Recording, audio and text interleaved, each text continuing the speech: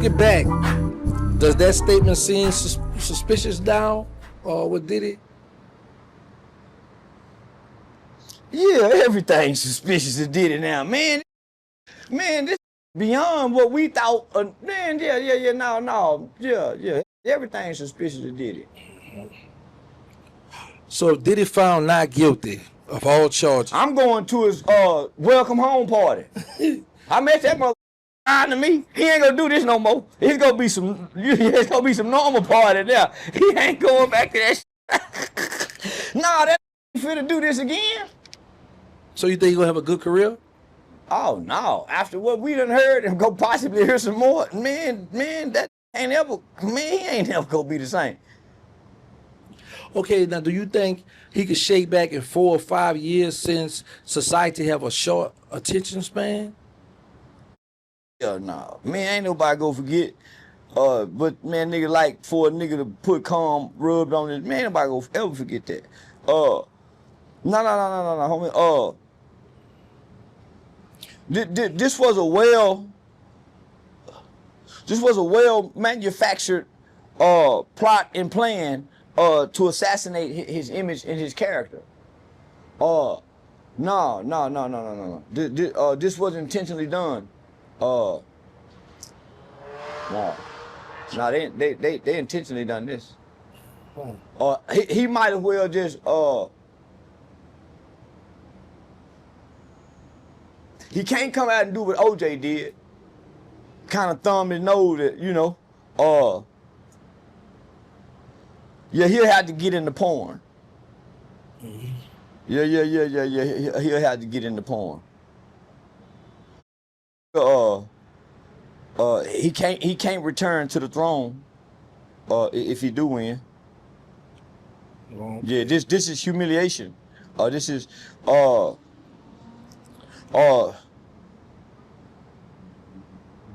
homie. This is the type of humiliation and crucifixion that they putting on before us. That's showing other black people. Don't y'all get out of line. This nigga got out of line. We used to like this. We brought this nigga into our world. We used to have this nigga go get. Now, just think about this. He got world leaders he's been seen with. World leaders, politicians. Everybody love that hip-hop dancing. Everybody love that hip-hop dancing. That's why they made Elvis. Boy, when Elvis used to, his hips, crowd go crazy. He's swinging his hips like this. In their mind, this how with that demon, that big old demon. So that's how the world sees us, the way we move our hip. Yeah. So think about Chris Brown, the way Michael Jackson, they seeing us the way we dance. So it's a fascination and infatuation with that dancing hip hop. So they can't come get this dance. Why you think they like to have them all white parties and everybody in linen? Boy, they get to see that dancing when them niggas go to dancing, because that dance is loose in them linen shorts. You can see the buds. Yeah, man. So they come to get all of our best niggas and bring them on party boats and mansions and all white parties and linens, and most ain't got socks on. So they comfortable. Man, shit. So who else can gather? It's like Epstein going to go get all the kids for him. We can't, but we go sneak to an island and party with him. Hey, Epstein, you got a 7-year-old back there? So they partying with him, say, hey, you know I like over there. They beckon for that dancing.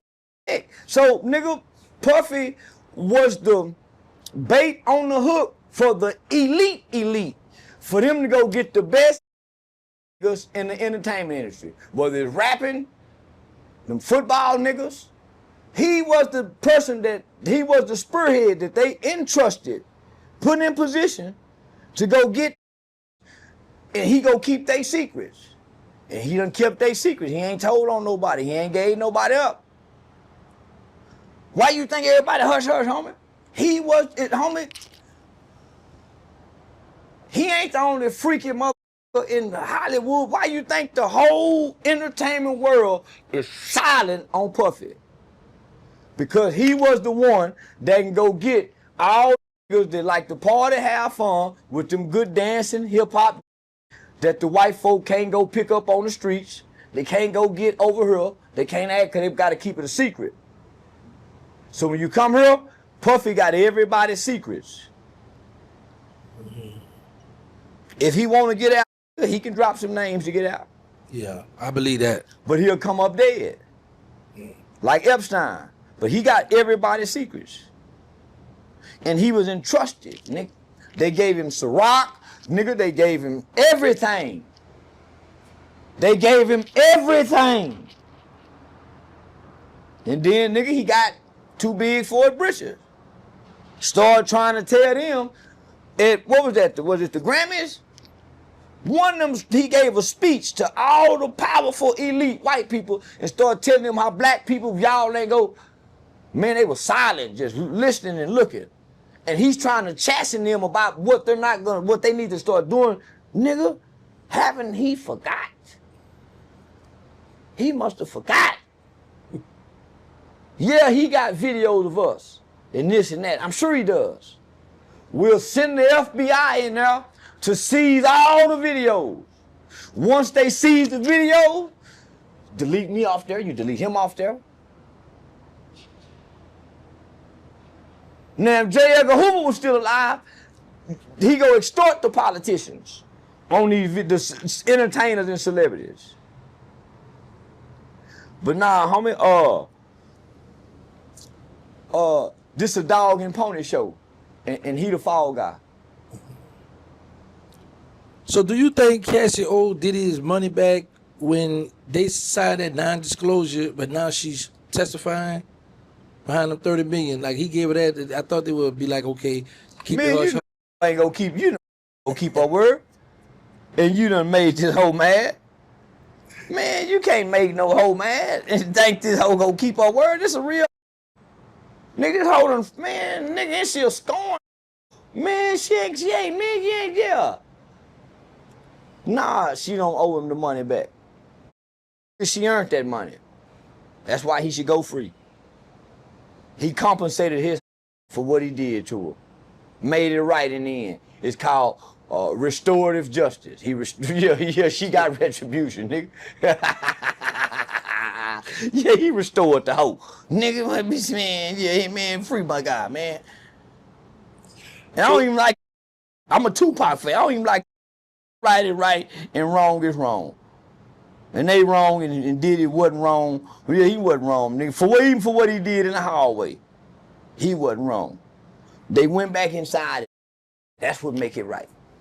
Fighting always don't went together. Always ain't, man, that's, man, can't take that out the relationship. So when it's all said and done, do you think Diddy or Cassie still have a place in the entertainment industry? No. Man, everybody go whisper about them when they come around. They go smile and talk to them, but when they leave, they go say, hey, man, they go, hell no, it's over with. It's over with. Diddy biggest play is selling his life rights for a movie. Yeah, a movie, his autobiography pick. Yeah. Okay. Now, we're switching lanes here. So what are your thoughts on reports that Tory Lanez being stabbed 14 times in prison? That's why I say, man, listen, tell them to get out of jail. You see what happened to this boy. This nigga ain't no gangster. He a singer. And then that got stabbed. Man, this nigga there for shooting in the toe. And he ain't supposed to him did it. And get stabbed by a nigga with life. I'm in here with him for. I'm not this goddamn body. That's why I say, man, that jail shit. Oh, that's what happened in jail. Much rather be stabbed than. So boy come out good. So do you think he shouldn't have been making no more albums down there? That nigga from motherfucking Mexican probably mad. That nigga with them drum machine beats, drawing all this goddamn heat to the penitentiary, making calls from the jail, and they trying to smuggle dope in this motherfucker. and say up on shit, and you got this heat in this motherfucker. Probably what went on. I don't know. I ain't no jailhouse nigga. I don't know about jailhouse politics. I'm just assuming. Okay. Yeah. Now, with his 10-year sentence, you think that he's made enough music and money to hold him over till he get out? No. Don't manage the money enough to do that. Most niggas ain't putting nothing in the portfolio and investments to sustain that, and you ain't bringing you in. No. Here, and your family get off. The people you got you overseeing it ain't gonna be able to hold on that long while you there gone. Okay. So who do you know who typically covers the inmate bill with situations like this? Do you The think goddamn taxpayer? Oh, okay. The motherfucking taxpayer, man. I would put it on the inmate's family. I do like Mexico. If you ain't got no money coming down here and pay these medical bills, you might die. If you ain't got nobody to bring you no food, Mexico ain't feed they people. I don't think. I think the family got to bring food to the jail. Boy, shit, man. You know, the taxpayer is paying for that right now. Okay. So do you believe Tory was either talking for clout, or do you think it was a person just in self-defense, just defending himself against Tory? From the little amount of understanding that I have, Mexicans just can't kill niggas, and niggas just can't kill, stab on Mexicans. Mexican got to come ask the people, say, man, your people done this. I don't know, homie. In my mind, it's supposed to be a war, a race war in that jail. Mexican and stab, and somebody been in here helping get free. He been putting money on nigga books. He been in here helping. And SA stab, it's supposed to be a SA war. A violent motherfucking war behind this here. But nigga done got weak. How SA get to stab? And all we hear about is nigga go to the hospital. No SA go? Niggas let this happen? That's why I say my nigga wouldn't let this happen. Unless I say, name y'all chill, homie, this on me. But now, even still, we supposed to have a crash out that's willing to go to war with SA and them in California behind Tory, and nigga Tory supposed to be innocent, and he been in here helping niggas. Why he in here?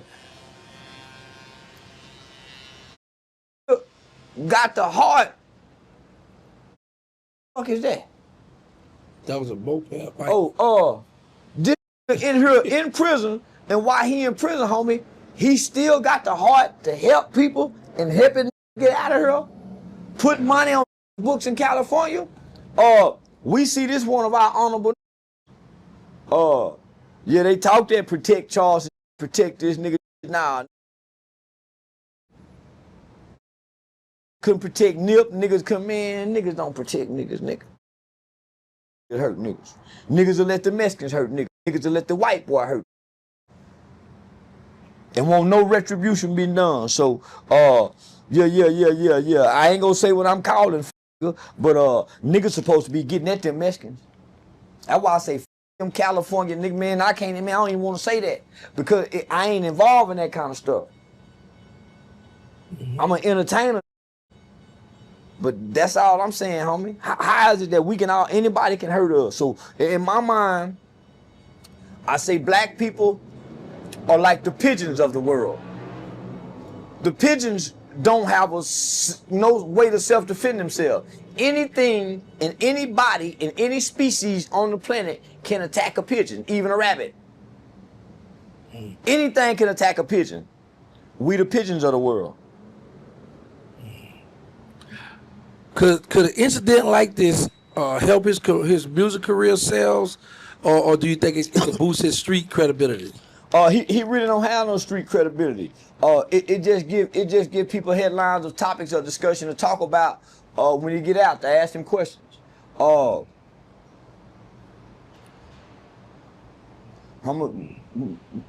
Most of us can't imagine that life on the inside.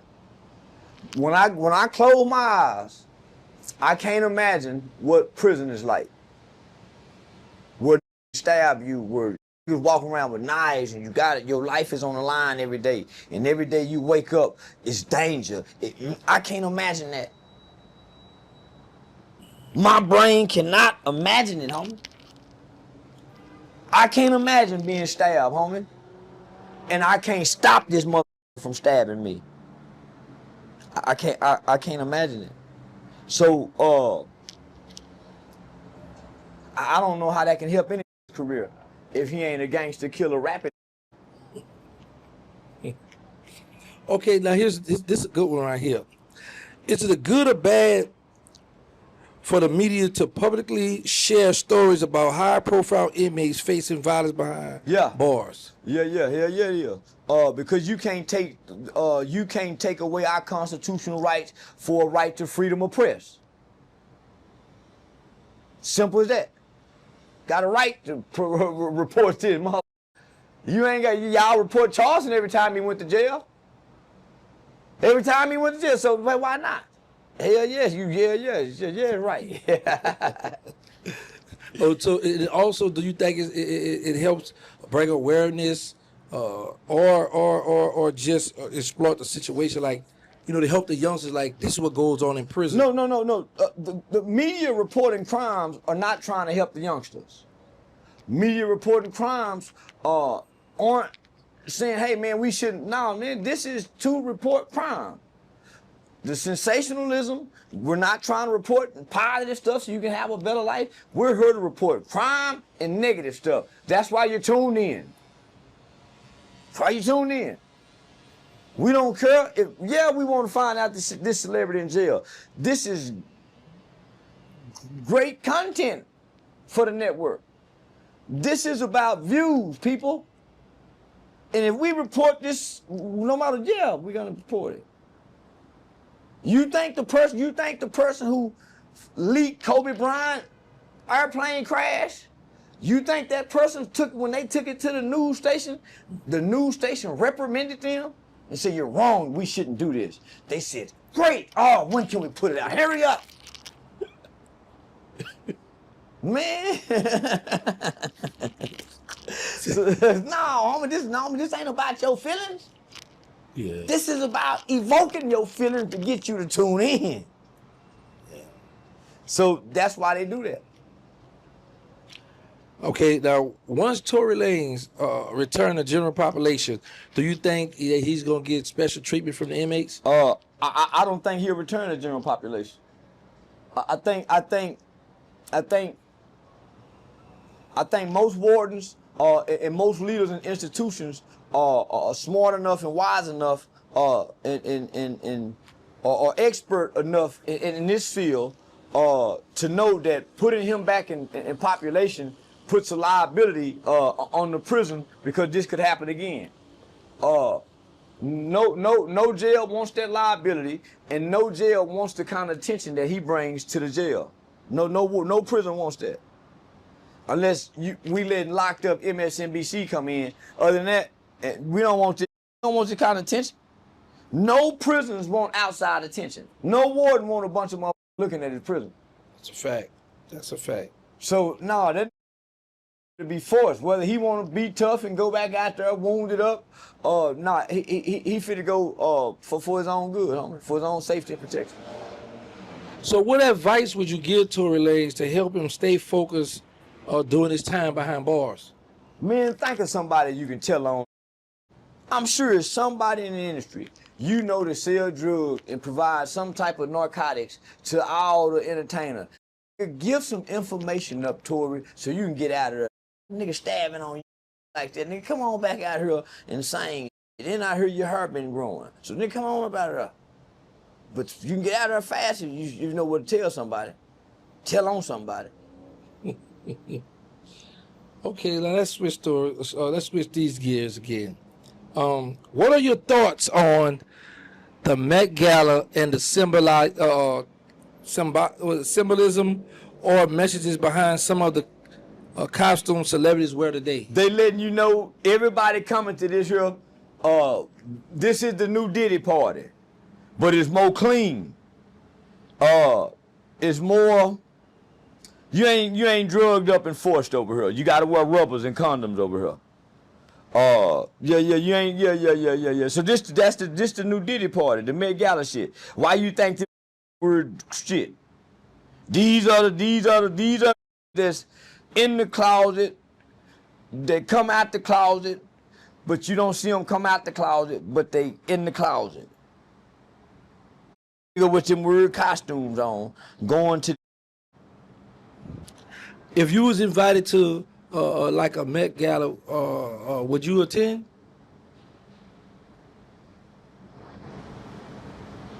What do the Met Gala do?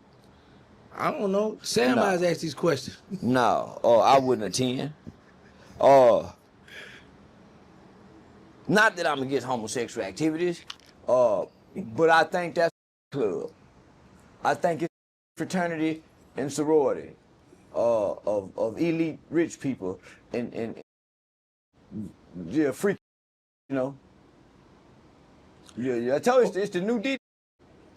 All right, Andre Why 3000. they dress like that, nigga? At a gala, I done heard the word gala, nigga. That's where you dress up. And this ain't a fashion show gala, is it? This like a money rave where they raise money. Man. That's what I'm talking about. Nah, I wouldn't go either. He said, Yeah. I don't know. I did a lot of time, so I'm gonna have to do what I'm gonna do. I'm gonna have to research it. Yeah, Then get I'ma back try with me to- with that yeah. gala. And yeah, why they galling? Yeah, why a bunch of motherfuckers together with a galling? Okay, here go one more. Andre 3000 wore a piano to promote his album. If you attended, would you go to promote something or make statement? What cause? I'm coming with that white linen. represent? I'm coming with that white linen. Them county jail cotton boxers on with that print showing.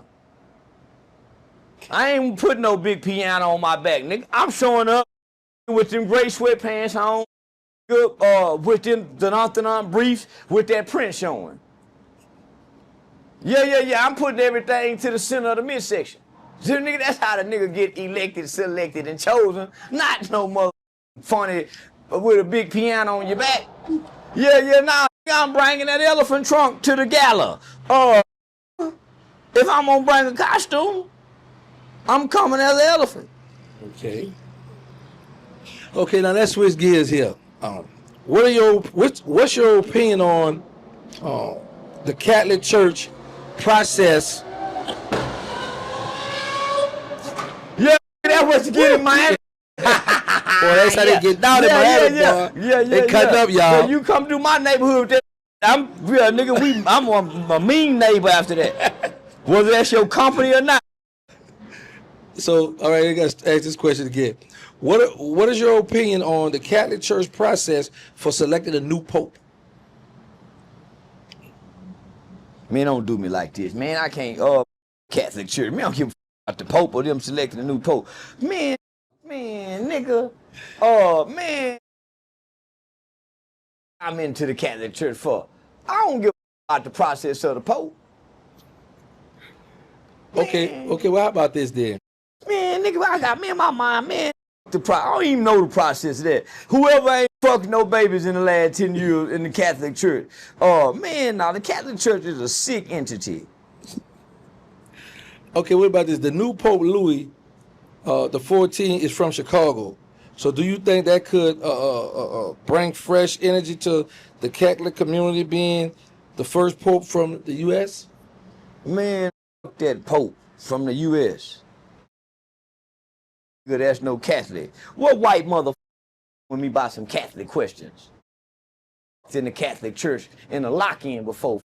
Girl named Monique Edwards out of Pebble Creek apartment inside the Catholic Church. I don't give a about the Catholic Church. They like me, man. Why they man, leave me alone about religion. Okay. Man, they playing with that Catholic. The Catholic Church don't do nothing. They don't help nothing. And they got a history over 100 years of fucking little boys.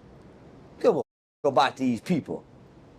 Who go into a booth and tell a man about their dark secrets and this man and they're jacking off, smoking crack, getting his up and he hollering Father and the Holy Spirit done trick you with a white collar. Man, them dumbass Catholics. Nigga, nigga, what it's gotta be a white person question. Okay. You done got mad. Man, come on.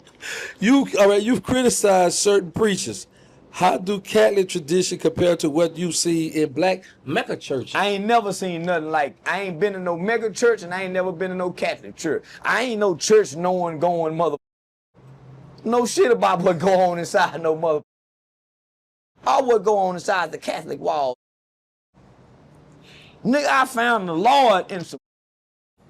Done picked up a prostitute, little old fine mother, 25. She 19, 20. My baby mama at work. I'm in my baby mama car. My baby mama had just got paid, and I got the money. And I picked this little walking. We went back to the apartment and prayed together. And I got saved that day with a hoe. She knew how to pray like my mama. Caught the Holy Spirit. And my baby mama pregnant with my son. I caught the Holy Spirit after I got out there. And I felt the Lord in that prayer.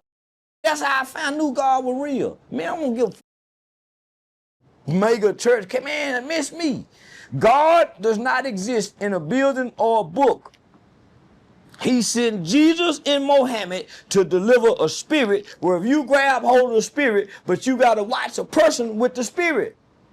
You can't learn from no book. You got to watch it in the person with the spirit that done got your attention. So I don't know how to compare the Catholic Church to the mega church. I just know I heard my mama say one time that religion and man's tradition make God's word void. So the Catholic and all the religious organizations and entities that man made up. So I can't compare. All right, see, we got you a little upset, so let's switch subjects. You mentioned being on Capitol Hill. So were you representing an organization or you were just advocating independently? I was part of an organization that was called Campaign Fair Sentencing for Youth. Right, so you can look this up, based out of Washington, D.C. So I became a part of that organization. So they reached out to me. A lady by the name of Miss Jody. Jody, Xavier, man, I can't. So Xavier is running it now. So I became a part of Campaign Fair Sentencing for Youth because I was a youth who was sentenced, right, under the Texas Juvenile Determined Sentencing Law. So by me going to Washington, D.C. and becoming a youth advocate for Campaign Fair Sentencing for Youth, I got introduced to Xavier, who had just started. He's out of Chicago, man. Xavier, with one of them is Shalom name, L. Macbeth Ray, whatever my nigga name is. So, and shout out to man, good nigga. Xavier was appointed to oversee, run, and develop a national organization that was called ICANN, Incarcerated Children's Advocacy Network. So I was a part of those two organizations when I would go to Washington, D.C. So every year in November, they would have a national convening where all of the youth advocates throughout America, as well as people who once had juvenile life without parole. So that's how I got to meet Eric Brown, George Toker. So that's how I got to meet all them people, homie. So that's how I got introduced to juvenile life without parole. So that's how I began working on these laws and legislation on a national level. In Texas, I had already been partner in working with the Texas Criminal Justice Coalition, Texas Care for Children, the Texas Juvenile Justice Department, working on different laws and legislation on trying to raise the age from 17 to 18, where 17-year-olds no longer go into the county jail where they're still handled as juveniles. So I was already working on state and local legislation, and it wasn't until the Campaign Fair Sentencing for Youth reached out to me, and then I started going national. All right, so it's Terrance Gangsta Williams, a.k.a. OG Diggity, a.k.a. Mr. Answer Right Back, a.k.a. the People Champ, Terrance Williams.